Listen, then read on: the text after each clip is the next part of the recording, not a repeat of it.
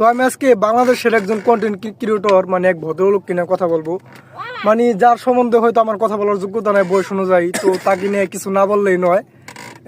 আমি কথা বলবো মিস্টার তহিদ আফ্রিদিকে নিয়ে। এই লোকটা বর্তমানে দেখতে পারলাম যে সোশ্যাল মিডিয়াতে মানে অনেক উনাগিনে ফানি ফানি কন্টেন্ট বানাচ্ছে বা অনেক কিছু বলতেছে, কিন্তু আমি শুনছি যে লোকটাকে নাকি জুলাই আগস্টের হত্যা মামলায় অ্যারেস্ট করা হয়েছে এবং তার বন্ধু যে রাহি বা তার সাথে সবসময় চলতো ওই লোকটা বলতেছে যে ওকে নাকি বেল দিয়ে বাইরাইতো বা অনেক অত্যাচার করতো, ক্যামেরার বাইরে এক লাইফ স্টাইল আর কে আর এমনি পার্সোনাল এক লাইফ স্টাইল এগুলা বলতেছে। কিন্তু একটা জিনিস মানে আমাদের বাঙালিদের একটা অভ্যাস যে মানে সব সময় খারাপটা মনে রাখে, ভালোটা মনে রাখে না।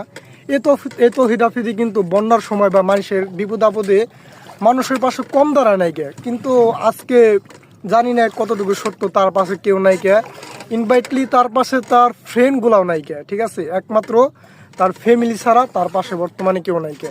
তো সবাই একটা কথা মনে রাখবেন, মানে সর্বশেষ বন্ধু বান্ধব না, সর্বশেষ সবার শেষে একমাত্র উপরের আল্লাহ আর নিচের ফ্যামিলি কাজে লাগে।